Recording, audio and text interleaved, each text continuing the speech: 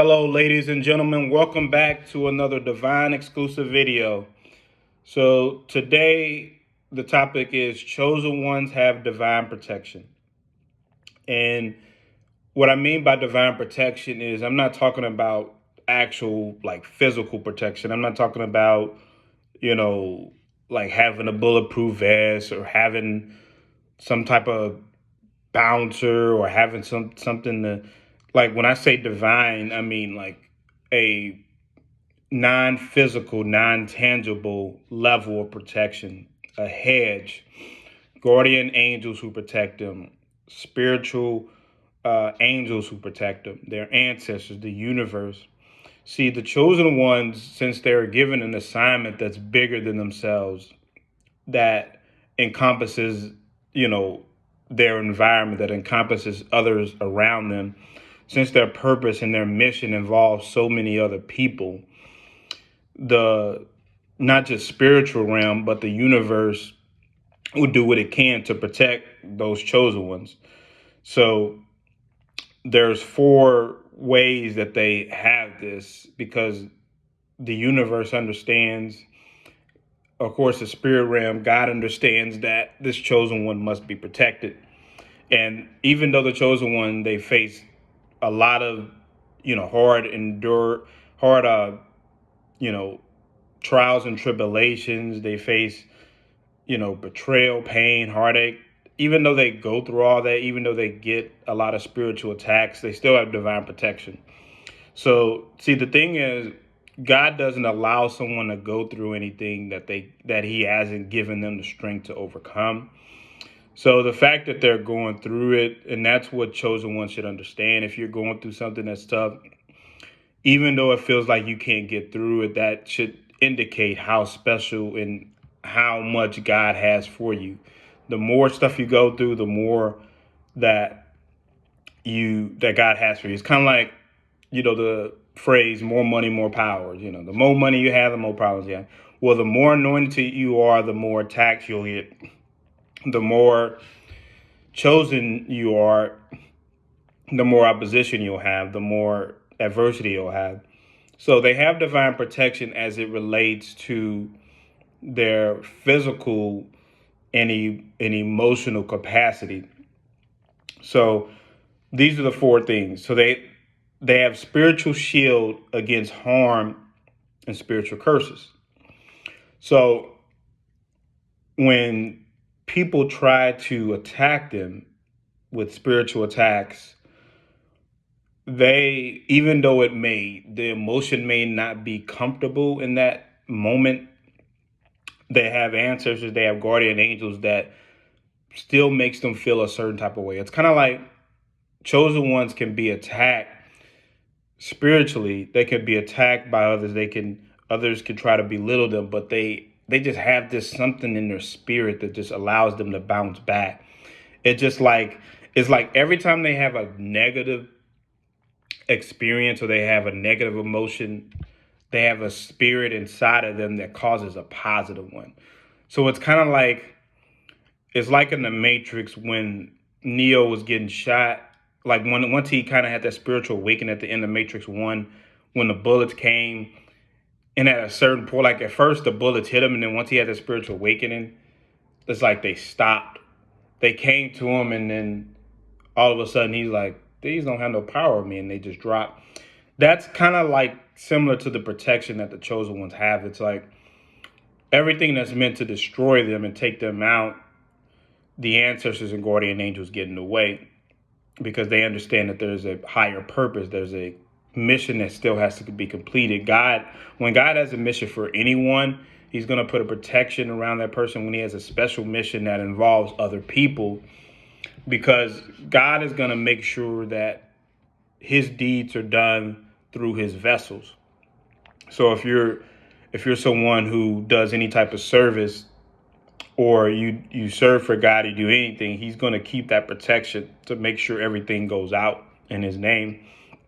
So number one is against spiritual curses. When people try to put hexes or people have these attacks, it just bounces right off of them. And it kind of leads into number two, inner strength. See, when these intense trials are happening, the chosen ones don't understand. They don't understand their own strength. See, strength is the ability to overcome something that you didn't think you could. Strength is not in words. Strength is not in cussing someone out. Strength is not in physical. It's not necessarily just in physically beat. Like it's nothing physical or verbal. It's an inside mentality to overcome something, to survive something intense and continue to move forward. That's real strength. That's real power.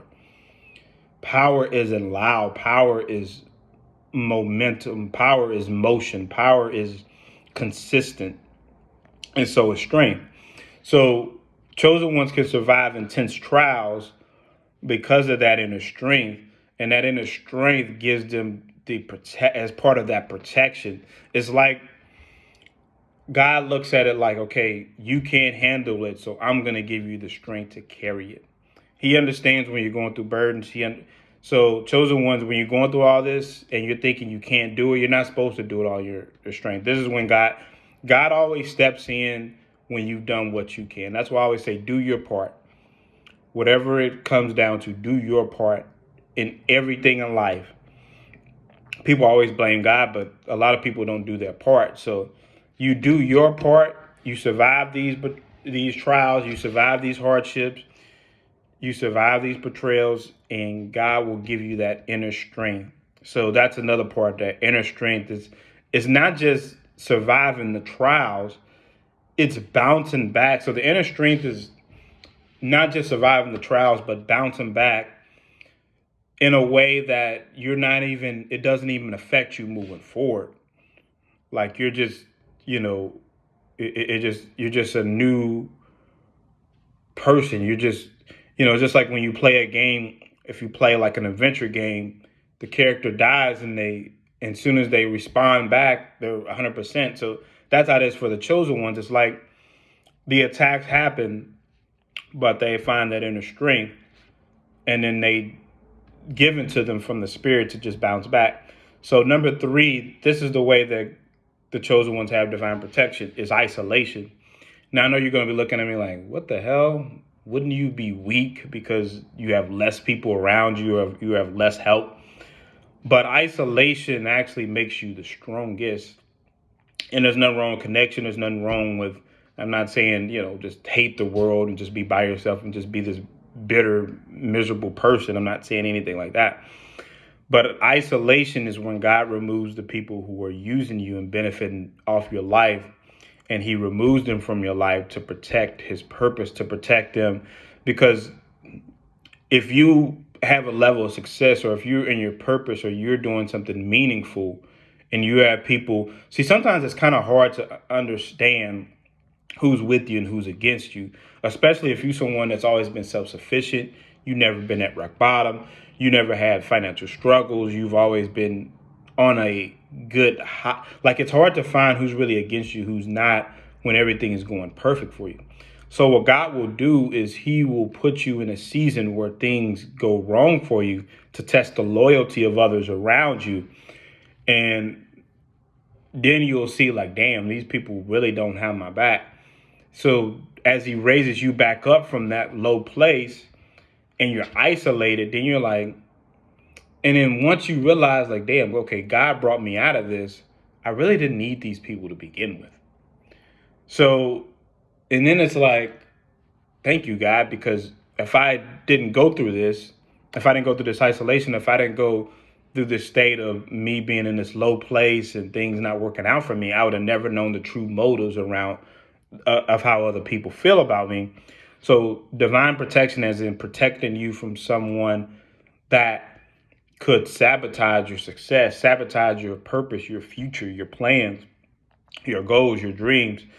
So the isolation is divine protection from people trying to steal from you, from corrupt people trying to just drain and use your resources and use and benefit off of your mind and your path and your intelligence, instead of them being genuine people.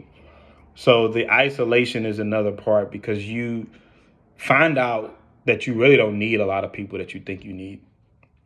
You find out how strong you are. You find out all your goals. You find out uh, how much you can endure. You find out what you really want to do, who you really are, because you pour all that energy that you were giving to other people, you pour it into yourself. And when you pour energy into yourself, that's how you know what your capabilities are. That's how you know your true potential. You can't know your true potential if you're not pouring everything into yourself, because you're not operating at 100%. You're giving other people your energy, so you're operating at a lower percentage, and you're not the best version of yourself. So if you're not the best version of yourself, you don't have the best energy. And if you don't have the best energy, anything that you attempt to do will not be successful. You have to operate at your maximum ability. It's kind of like an athlete. An athlete that's 40 or 50%, they may go out there and play. They may still be effective, but they're not maximizing their full talent on the court or on the field. And it's like, well, you're going to have a down year. You're going to have an off year. But if you're always operating, say for instance, like an athlete that's always every time they're on the field, they're never 100%. Well, they're never going to achieve what they can achieve. Like a running back that, leads the league in rushing, or as the top in rushing, that they're at 40 or 50%, they're going to decline. A basketball player that leads the league in scoring, well, they're going to be in the middle of the pack instead of leading the league in scoring, because they're always out there operating at a lesser version of themselves. That's the same thing with, people in general. When you don't have all the energy that you need, you're operating at a lesser version of yourself. When you don't have the passion, when you don't have the motivation, when you don't have all the environmental factors, your emotions, your mental, your physical, your psychological strength, then you can never become the best version of yourself, because you're always depleted. You're always running on empty.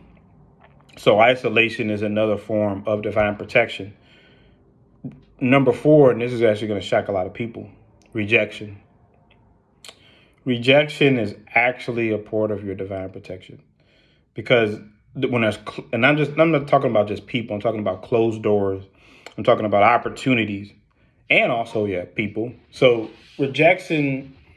So chosen ones have to look at it like this. Chosen ones don't fit into a lot of different environments and a lot of different group dynamics, and they don't fit in with a lot of people because they stand out, because they were made different because of their light. But chosen ones, once you understand this, you will stop trying to impress people and let God bring the right people into your life. God will orchestrate the right people into your life, the right friends, the right opportunities, the right career, the right, you will know if it's from God or if it's not. Anything that comes with confusion or uncertainty is not from God. It is from the devil. It is a demonic spirit. It is not from God. Anything that comes with clarity, that comes with security, consistency, and honesty and authenticity is from God. So rejection is God's protection, as in the wrong people around you. And this kind of goes back a little bit to isolation. The wrong people around you can really siphon your energy and steal your purpose. They can steal your passion. They can steal your joy. They can sabotage your career plans, your trajectory of what you could become in life. So in isolation, God is removing the people that you were around.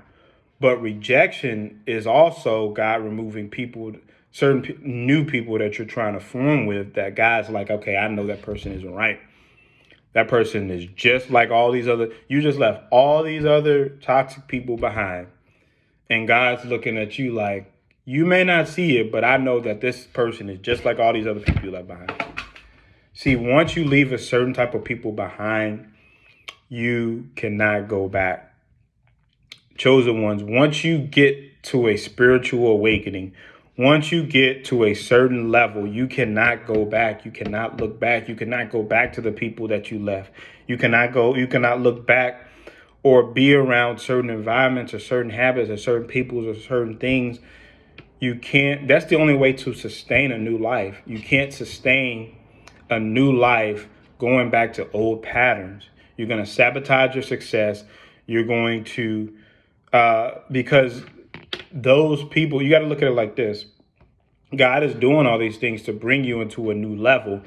But when you go back to those old people, when you go back to an old ways of thinking, everything that, was a part of your old life, your financial situation, all the stress, so everything that you built up, all this new stuff, all this peace, all this newfound success, new finances or whatever, once you go back to an old pattern or around people with old energy that you used to be around, that wipes out all your progress. That wipes out the foundation that you need success to stand on. See, success needs a foundation, purpose, having a deep purpose, having a mission, that all needs a foundation.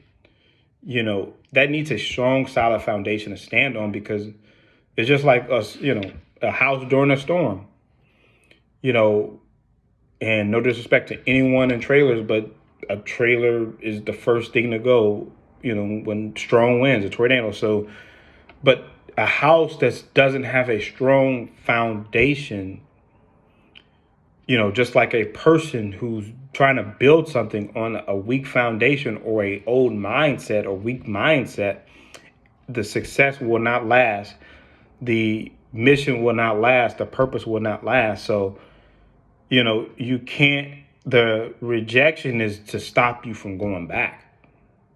The isolation is to remove the people that you currently have, but the rejection is to stop you from going back to similar things or people that remind you of people in the past, or people that try to pull you back into the person that you've outgrown.